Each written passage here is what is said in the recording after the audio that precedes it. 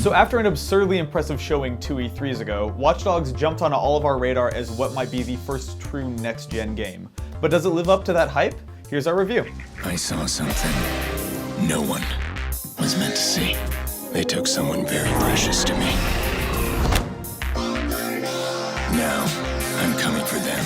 For those unfamiliar with Watch Dogs, here's the premise it sells itself on. You play Aiden Pierce, a hacker who can use his abilities in conjunction with his phone to manipulate the world around him. The game takes place in a slightly alternate reality version of Chicago where virtually everything in the city is linked together by an enormous surveillance infrastructure called CTOS. By accessing CTOS, Aiden is able to hack all sorts of environmental objects, stuff like traffic lights, cameras, spike strips, and a whole lot more. Well, not that much more.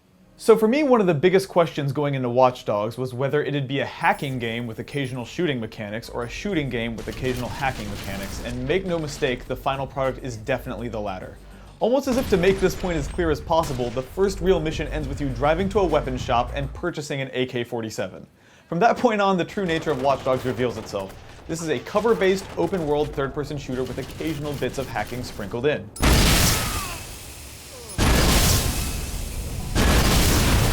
In all the advertisements for Watch Dogs, the slogan has been "hacking is your weapon," but the reality is that high-powered automatic machine guns are your weapon, and sometimes hacking makes shooting those guys a little bit easier.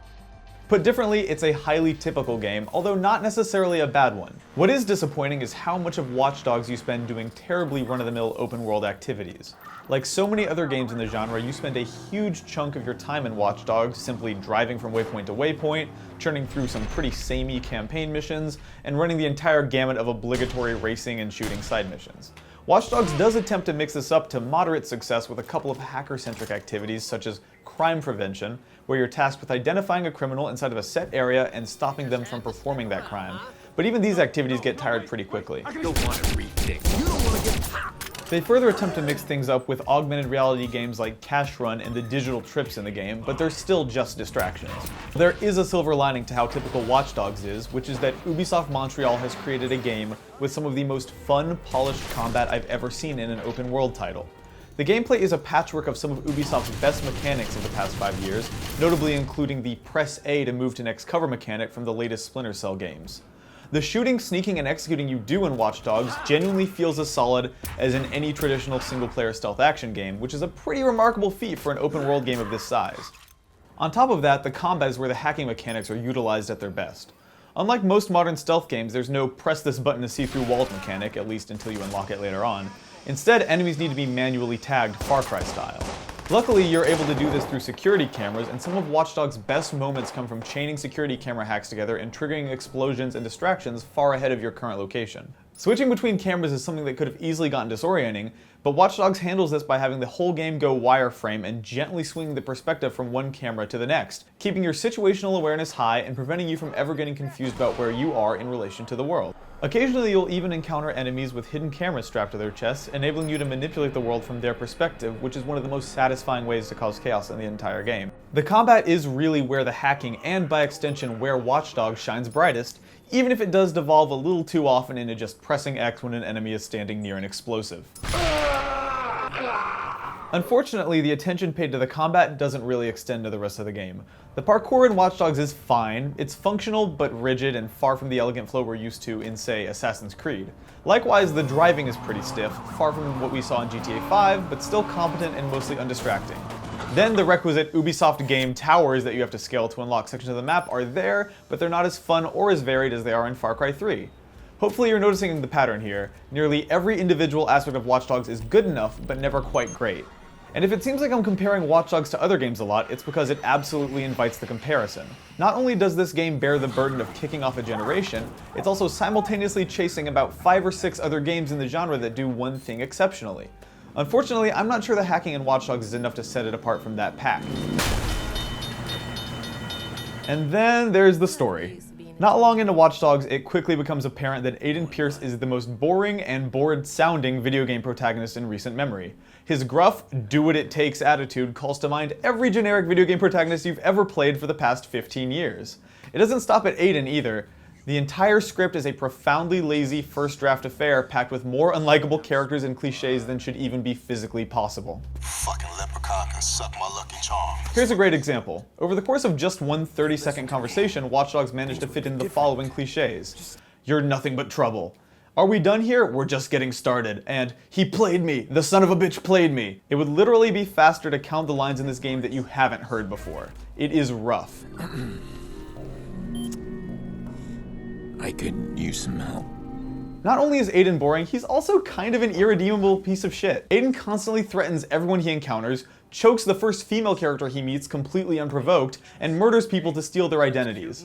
He's as unsympathetic as his surrounding cast is uninteresting, that surrounding cast being a mysterious, dark, sexy hacker girl, a loved one who gets frustrated at his quest for revenge, and an old friend who returns from his criminal past and complicates his life.